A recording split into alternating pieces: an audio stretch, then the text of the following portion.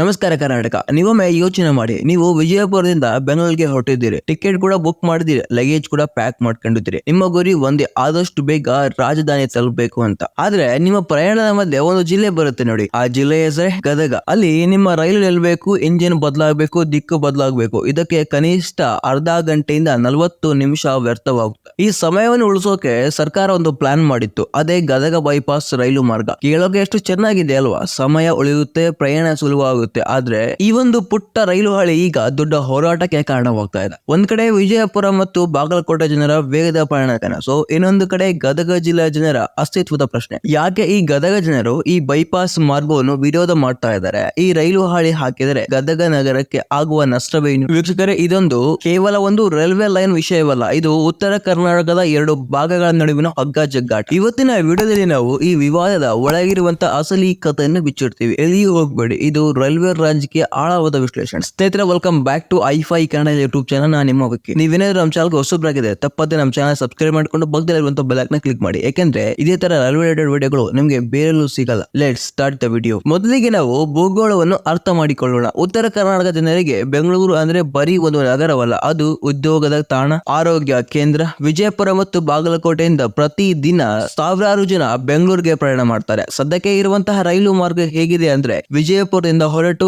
ರೈಲು ಬಾಗಲಕೋಟೆ ದಾಟಿ ಗದಗ ರೈಲ್ವೆ ನಿಲ್ದಾಣಕ್ಕೆ ಬರಬೇಕು. ಗದಗ ಅನ್ನೋದು ಒಂದು ಜಂಕ್ಷನ್. ಇಲ್ಲಿ ರೈಲು ಬಂದ ಮೇಲೆ ಅದರ ದಿಕ್ಕು ಕೂಡ ಬದಲಾಗಬೇಕು. ಅಂದ್ರೆ ಇಂಜಿನ್ ಅನ್ನ ಒಂದು ಕಡೆಯಿಂದ ತೆಗೆದು ಇನ್ನೊಂದು ಕಡೆ ಹಾಕ್ಬೇಕು. ಇದನ್ನೇ ರೈಲ್ವೆ ಭಾಷೆಯಲ್ಲಿ ಲೋಕೋ ರಿವರ್ಸಲ್ ಅಂತಾರೆ. ಇದಕ್ಕೆ ಸುಮಾರು 30ರಿಂದ 45 ನಿಮಿಷ ಬೇಕು. ಅಷ್ಟೇ ಅಲ್ಲ, ರೈಲ್ವೆ ನಿಲ್ದಾಣ ಒಳಗೆ ಬರುವಂತಹ ಸಿಗ್ನಲ್ ಕಾಯಬೇಕು, ಬೇರೆ ರೈಲುಗಳು ಓಡಾಟಕ್ಕೆ ದಾರಿ ಮಾಡಿಕೊಡ್ಬೇಕು. ಇದರಿಂದ ಒಂದು ರೈಲು ಗದಗ ದಾಟುವಷ್ಟರಲ್ಲಿ 1 ಗಂಟೆ ಸಮಯ ಕೂಡ ವ್ಯರ್ಥ ಆಗುತ್ತೆ. ಇದನ್ನ ತಪ್ಪಿಸಬೇಕಂತಾನೆ ರೈಲ್ವೆ ಇಲಾಖೆ ತಂದಿದ್ದ ಈ ಬೈಪಾಸ್ ಯೋಜನೆ. ಅಂದ್ರೆ ರೈಲು ಗದಗ ನಗರದ ಒಳಗೆ ಬರದೆ ಹೊರವಲಯದಿಂದಲೇ ನೇರವಾಗಿ ಹುಬ್ಬಳ್ಳಿ ಅಥವಾ ಹಾವೇರಿ ಕಡೆಗೆ ಹೋಗುವಂತೆ ಮಾಡಿದ್ದು. ಈ ಯೋಜನೆ ಜಾರಿಯಾದ್ರೆ ವಿಜಯಪುರ ಬೆಂಗಳೂರು ನಡುವಿನ ಪ್ರಯಾಣದ ಸಮಯ ಕೂಡ ಕನಿಷ್ಠ 1.5 ಗಂಟೆ ಕಡಿಮೆ ಆಗುತ್ತೆ. ಈಗ ಸ್ವಲ್ಪ ಇತಿಹಾಸ ಕಡೆ ಕಾರಣಯಿಸೋಣ. ಗದಗ ರೈಲ್ವೆ ಅನ್ನೋದು ಇವತ್ತು ನಿನ್ನೆಯದಲ್ಲ, ಬ್ರಿಟಿಷರ ಕಾಲದಿಂದಲೂ ಇದು ಒಂದು ಪ್ರಮುಖ ವಾಣಿಜ್ಯ ಕೇಂದ್ರವಾಗಿತ್ತು. ಮುಂಬೈ ಮತ್ತು ಚೆನ್ನೈ ನಡುವಿನ ಸಂಪರ್ಕಕ್ಕೆ ಗದಗ ಬಹಳ ಮುಖ್ಯವಾಗಿತ್ತು. ಇಲ್ಲಿನ ರೈಲ್ವೆ ನಿಲ್ದಾಣವನ್ನು ನಂಬಿಕೊಂಡು ಸಾವಿರಾರು ಕುಟುಂಬಗಳು ಬದುಕಿದ್ದಾವೆ. ಅಂದ್ರೆ ಹಮಾಲಿಗಳು, ಆಟೋ ಚಾಲಕರು, ಸಣ್ಣ ಪುಟ್ಟ ಹೋಟೆಲ್ ಮಾಲೀಕರು, ವ್ಯಾಪಾರಿಗಳು, ಇವರೆಲ್ಲರಿಗೂ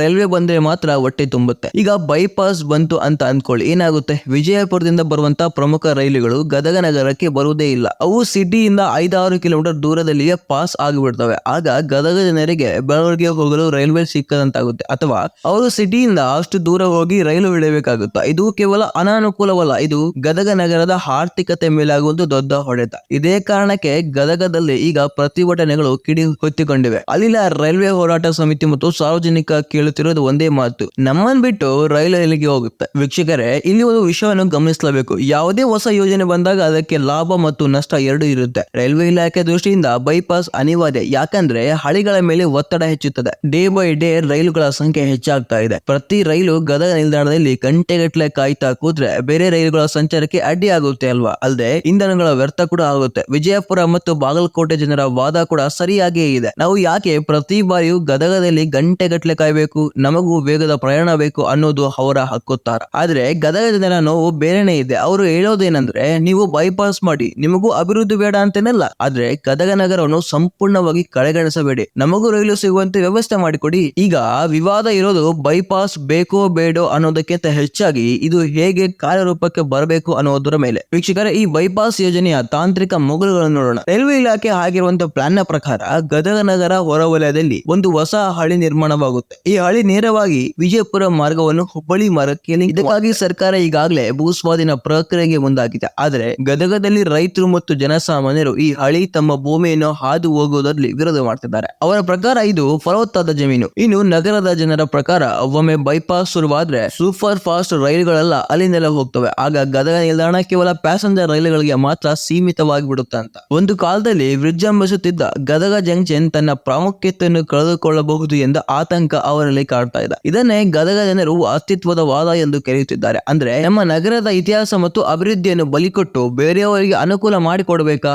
ಎಂದು ಅವರ ಪ್ರಶ್ನೆ. ಈಗ ಈ ಹೋರಾಟ ಕೇವಲ ಜನರ ನಡುವೆ ಉಳಿದಿಲ್ಲ, ಇದು ರಾಜಕೀಯ ತಿರುವು ಕೂಡ ಪಡೆದುಕೊಂಡಿದೆ. ವಿಜಯಪುರ ಮತ್ತು ಬಾಗಲಕೋಟೆ ಜನಪ್ರತಿನಿಧಿಗಳು ಈ ಬೈಪಾಸ್ ಯೋಜನೆಯನ್ನು ಆದಷ್ಟು ಬೇಗ ಮುಗಿಸಿ ಅಂತ ಒತ್ತಡ ಇರ್ತಿದ್ದಾರೆ. ಅವರು ಕೂಡ ಕೇಂದ್ರ ರೈಲ್ವೆ ಸಚಿವರಿಗೆ ಪತ್ರ ಕೂಡ ಬರೆದಿದ್ದಾರೆ, ನಿಯೋಗವನ್ನು ಕೂಡ ಕೊಂಡೊಯ್ತಿದ್ದಾರೆ. ಇತ್ತ ಗದಗದ ನಾಯಕರು ತಮ್ಮ ಜನರ ಪರವಾಗಿ ನಿಂತಿದ್ದಾರೆ. ಅವರು ಹೇಳ್ತಿದ್ದಾರೆ, ನಮ್ಮ ಜಿಲ್ಲೆಗೆ ಅನ್ಯಾಯವಾದ್ರೆ ನಾವು ಸುಮ್ಮನಿರುವುದಿಲ್ಲ. ಈ ರಾಜಕೀಯ ಹಗ್ಗ ಜಿಗ್ಗಾಟದಲ್ಲಿ ಸಿಲುಕಿರೋದು ಸಾಮಾನ್ಯ ಪ್ರಯಾಣಿಕರು. ಒಬ್ಬ ಸಾಮಾನ್ಯ ವ್ಯಕ್ತಿ ವಿಜಯಪುರದಿಂದ ಬೆಂಗಳೂರಿಗೆ ಹೋಗ್ಬೇಕು ಅಂದ್ರೆ 14 ಗಂಟೆ ಬೇಕು. ಬೈಪಾಸ್ ಆದ್ರೆ ಇನ್ನು 2.5 ಗಂಟೆ ಇಳಿಬಹುದು. 2.5 ಗಂಟೆ ಅಂದ್ರೆ ಅದು ಸುಮ್ಮನೆ ಅಲ್ಲ. ಸಮಯ ಹಣ ಎನ್ನುವ ಈ ಕಾಲದಲ್ಲಿ 2 ಗಂಟೆ ಉಳಿತಾಯ ಬಹುದೊಡ್ಡ ಬದಲಾವಣೆ ತರಬಹುದು. ಆದ್ರೆ ಈ ಬದಲಾವಣೆಗೆ ನಾವು ಕೊಡಬೇಕಾದ ಲಾಭನಾದ್ರೂ ಏನು? ಒಬ್ಬರ ಲಾಭಕ್ಕಾಗಿ ಇನ್ನೊಬ್ಬರ ಹಿತಾಸಕ್ತಿಯನ್ನು ಕಡೆಗಣಿಸಬಹುದು, ಸರಿಯೇ? ನೋಡಿ, ಗದಗ ಜನರು ಇನ್ನೊಂದು ಪ್ರಮುಖ ವಾದ ಕೂಡ ನಾವು ಅರ್ಥ ಮಾಡ್ಕೊಳ್ಬೇಕು. ಅವರು ಕೇವಲ ಹಠದಿಂದ ಬಿದ್ದು ವಿರೋಧವಾಗಿಲ್ಲ, ಅವ್ರ ಹತ್ರ ಒಂದು ಪರ್ಯಾಯ ಪ್ಲಾನ್ ಕೂಡ ಇದೆ. ಅವ್ರು ಹೇಳ್ತಿದ್ದಾರೆ, ಬೈಪಾಸ್ ಮಾಡುವುದರ ಬದಲು ಗದಗ ನಿಲ್ದಾಣದಲ್ಲಿ ಮೂಲಭೂತ ಸೌಕರ್ಯ ರಚಿಸಿ ಮತ್ತು ರೈಲುಗಳು ಬಂದು ಹೋಗಲಿರುವಂತಹ ಅಡೆತಡೆಗಳನ್ನು ನಿವಾರಿಸಿ, ತಂತ್ರಜ್ಞಾನ ಇರುವಂತಹ ಇಂಜಿನ್ ಬದಲಾಯಿಸುವ ಸಮಯ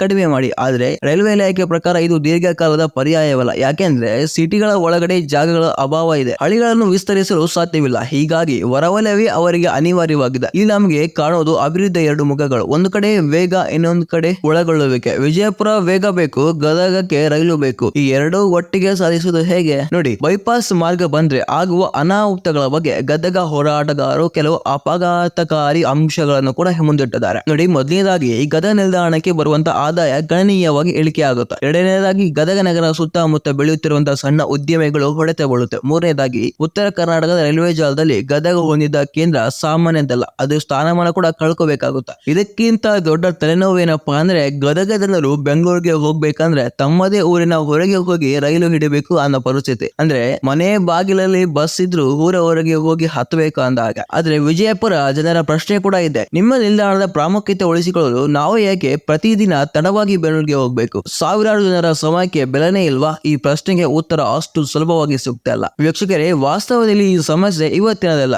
ದಶಕಗಳಿಂದಲೂ ರೈಲ್ವೆ ಇಲಾಖೆ ಉತ್ತರ ಕರ್ನಾಟಕವನ್ನು ಕಡೆಗಣಿಸ್ತಾ ಬಂದಿದೆ ಎನ್ನುವ ಆರೋಪ ಕೂಡ ಇದೆ. ದಕ್ಷಿಣ ಕರ್ನಾಟಕದಲ್ಲಿ ಇಂತಹ ಸಮಸ್ಯೆಗಳು ಬಂದಾಗ ತಕ್ಷಣ ಪರಿಹಾರ ಸಿಕ್ಬಿಡುತ್ತೆ, ಆದ್ರೆ ಇಲ್ಲಿ ಯೋಜನೆಗಳ ಕಡಿತದಲ್ಲಿಯೇ ಉಳಿತಾಯವಾಗುತ್ತೆ. ಈಗ ಬೈಪಾಸ್ ಯೋಜನೆ ಚಾಲನೆ ಸಿಕ್ಕಿದೆ ಅಂದಾಗ ಈ ಹೊಸ ವಿವಾದ ಕೂಡ ಶುರುವಾಗಿದೆ. ರೈಲ್ವೆ ಅಧಿಕಾರಿಗಳ ಪ್ರಕಾರ ಗದಗ ಬೈಪಾಸ್ ಅನ್ನೋದು ಕೇವಲ ವಿಜಯಪುರದಿಂದ ರೈಲಿಗಾಗಿ ಮಾತ್ರವಲ್ಲ, ಇದು ಭವಿಷ್ಯದಲ್ಲಿ ಗೋವಾ ಮತ್ತು ಹೈದರಾಬಾದ್ ನಡುವಿನ ಸಂಪರ್ಕಕ್ಕೂ ಮುಖ್ಯವಾಗ್ತಾ ಇದೆ. ಅಂದ್ರೆ ಇದು ಒಂದು ದೊಡ್ಡ ನೆಟ್ವರ್ಕ್ ಕೂಡ ಭಾಗ ಆಗಿದೆ. ಒಂದು ಭಾಗದ ಹಿತಾಸಕ್ತಿಗಾಗಿ ಇಡೀ ನೆಟ್ವರ್ಕ್ ಅನ್ನು ಸ್ಲೋ ಮಾಡೋದು ಸರಿಯಲ್ಲ ಎನ್ನುವುದು ಅವರ ಅಭಿಪ್ರಾಯ. ಆದ್ರೆ ಗದಗ ಜನರ ಪಾಲ್ಗೆ ಇದು ಅವರ ಭಾವನಾತ್ಮಕ ಮತ್ತು ಆರ್ಥಿಕ ಪ್ರಶ್ನೆಯಾಗಿದೆ. ಈಗ ಇರೋ ಸವಾಲು ಅಂದ್ರೆ ಒಂದು ಮಧ್ಯಮ ಮಾರ್ಗವನ್ನು ಹುಡುಕುವುದು. ರೈಲ್ವೆ ತಜ್ಞರು ಕೇವಲ ಸಲಹೆಗಳನ್ನು ನೀಡುತ್ತಾರೆ. ಬೈಪಾಸ್ ಮಾರ್ಗದಲ್ಲಿ ಒಂದು ಚಿಕ್ಕ ಸ್ಟೇಷನ್ ನಿರ್ಮಿಸಿ ಅಲ್ಲಿ ಪ್ರಮುಖ ರೈಲುಗಳು ನಿಲ್ಲುವಂತೆ ಮಾಡೋದು ಒಂದು ಆಯ್ಕೆ. ಆದ್ರೆ ಇದು ಎಷ್ಟರ ಮಟ್ಟಿಗೆ ಜನರಿಗೆ ಅನುಕೂಲ ಆಗುತ್ತೆ ಅನ್ನೋದು ಅವಮಾನವಾಗಿದೆ. ಯಾಕೆಂದ್ರೆ ಮುಖ್ಯ ನಗರದಿಂದ ದೂರವಿದ್ರೆ ಜನರಿಗೆ ಹೋಗಿ ಬರಲು ಕಷ್ಟ ಆಗುತ್ತೆ. ಇನ್ನೊಂದು ಆಯ್ಕೆ ಅಂದ್ರೆ ಕೆಲವು ರೈಲುಗಳು ಮಾತ್ರ ಬೈಪಾಸ್ ಮೂಲಕ ಕಳಿಸುವುದು ಮತ್ತು ಇನ್ನುಳಿದ ರೈಲುಗಳು ಗದಗ ಸಿಟಿ ಮೂಲಕವೇ ಹೊರಡುವುದು. ಆದ್ರೆ ಇದು ರೈಲ್ವೆ ವೇಳಾಪಟ್ಟಿಯನ್ನು ಮತ್ತಷ್ಟು ಗೊಂದಲಕ್ಕೀಡು ಮಾಡಬಹುದು. ಹೀಗಾಗಿ ಯಾವುದೇ ನಿರ್ಧಾರ ತೆಗೆದುಕೊಂಡರೂ ಕೂಡ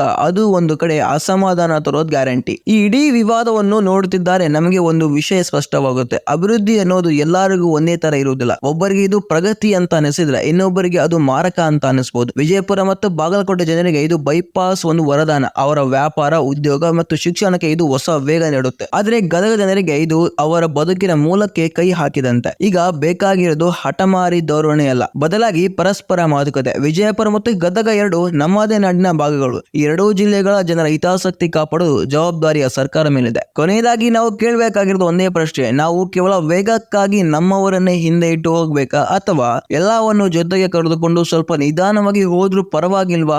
ಗದಗ ಬೈಪಾಸ್ ರೈಲು ಮಾರ್ಗ ಈ ಹಗ್ಗ ಜಗ್ಗಾಟ ಕೇವಲ ಹಳಿಗಳ ವಿಷಯವಲ್ಲ, ಇದು ಉತ್ತರ ಕರ್ನಾಟಕದ ಭಾವನೆಗಳ ಹೋರಾಟ. ಸರ್ಕಾರ ಮತ್ತು ರೈಲ್ವೆ ಇಲಾಖೆ ಈ ಕುರಿತು ಶೀಘ್ರವೇ ಒಂದು ನ್ಯಾಯಸೂಚಿತ ನಿರ್ಧಾರ ತೆಗೆದುಕೊಳ್ಳಲಿ ಎಂದು ನಾವು ಆಶಿಸೋಣ. ಈ ಬೈಪಾಸ್ ಯೋಜನೆ ಬಗ್ಗೆ ನಿಮ್ಮ ಅಭಿಪ್ರಾಯವೇನು? ಗದಗ ಜನರ ಈ ಅಸ್ತಿತ್ವದ ವಾದ ಸರಿ ಇದೆ ಅಥವಾ ವಿಜಯಪುರ ಜನರ ವೇಗದ ಪಯಣ ಬೇಡಿಕೆ ನ್ಯಾಯಯುತವಾಗಿದೆ? ನಿಮ್ಮ ಅನಿಸಿಕೆಗಳನ್ನು ತಪ್ಪದೆ ಕಮೆಂಟ್ ಮಾಡಿ ತಿಳಿಸಿ. ಈ ವಿಡಿಯೋ ನಿಮ್ಮ ಭಾಗದ ಅಂದ್ರೆ ಗದಗ ಮತ್ತು ಬಿಜಾಪುರ ಬಾಗಲಕೋಟೆ ಭಾಗದ ಜನರಿಗೆ ಎಲ್ಲರಿಗೂ ಶೇರ್ ಮಾಡಿ, ವಿಡಿಯೋಗೆ ಲೈಕ್ ಮಾಡಿ. ಇದೇ ತರ ಇಂಟ್ರೆಸ್ಟಿಂಗ್ ಟಾಪಿಕ್ ಗಾಗಿ ನಮ್ಮ ಐಫೈ ಕನ್ನಡ ಚಾನಲ್ ಸಬ್ಸ್ಕ್ರೈಬ್ ಆಗೋದನ್ನ ಮರಿಬೇಡಿ. ಯಾಕೆಂದ್ರೆ ಇಂತಹ ಇಂಟ್ರೆಸ್ಟಿಂಗ್ ಟಾಪಿಕ್ಗಳು ನಾವು ಮಾತ್ರ ಮಾಡೋದು. ಮತ್ತೆ ಸಿಗೋಣ ಮುಂದೊಂದು ವಿಡಿಯೋದಲ್ಲಿ.